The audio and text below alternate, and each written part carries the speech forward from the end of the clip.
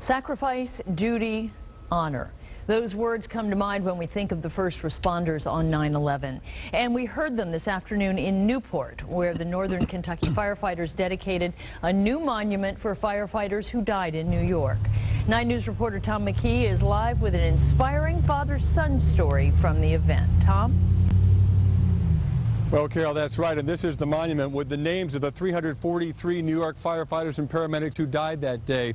This also contains a piece of steel from the World Trade Center reminding everyone of the dangers of the job. Now, we've all heard stories about how 9/11 has inspired people to change their lives, and one of those stories took front and center today, right here.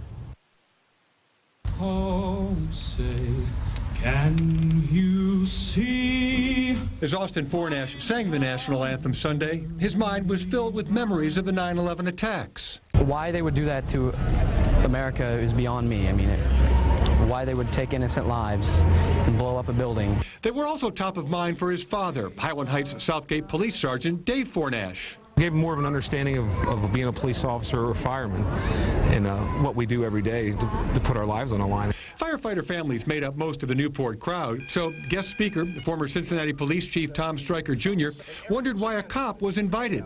His daughter, a Cincinnati firefighter, told him. Come on, Dad, everybody knows that God created firefighters so cops could have heroes too. That drew a laugh, but Stryker turned serious, comparing 9/11 to Pearl Harbor and America's swift and strong response.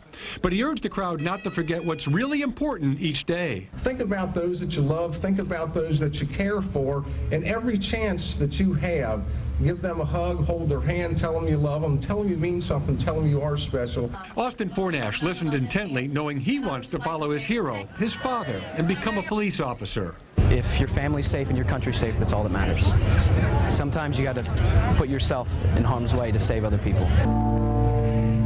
The ringing of the peace bell and the new memorial were fitting as a first responder father passed the torch to a new generation. As a parent, it's kind of scary to know what he's going to get into, but on the other hand, it's a lot of pride in that.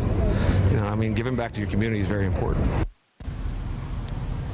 And that's quite a story, Carol. Obviously, the names here show that police officers and firefighters put their lives on the line every day to keep the community safe. By the way, this event was hosted by our own Denise Johnson, who did a very fine job on this very emotional day.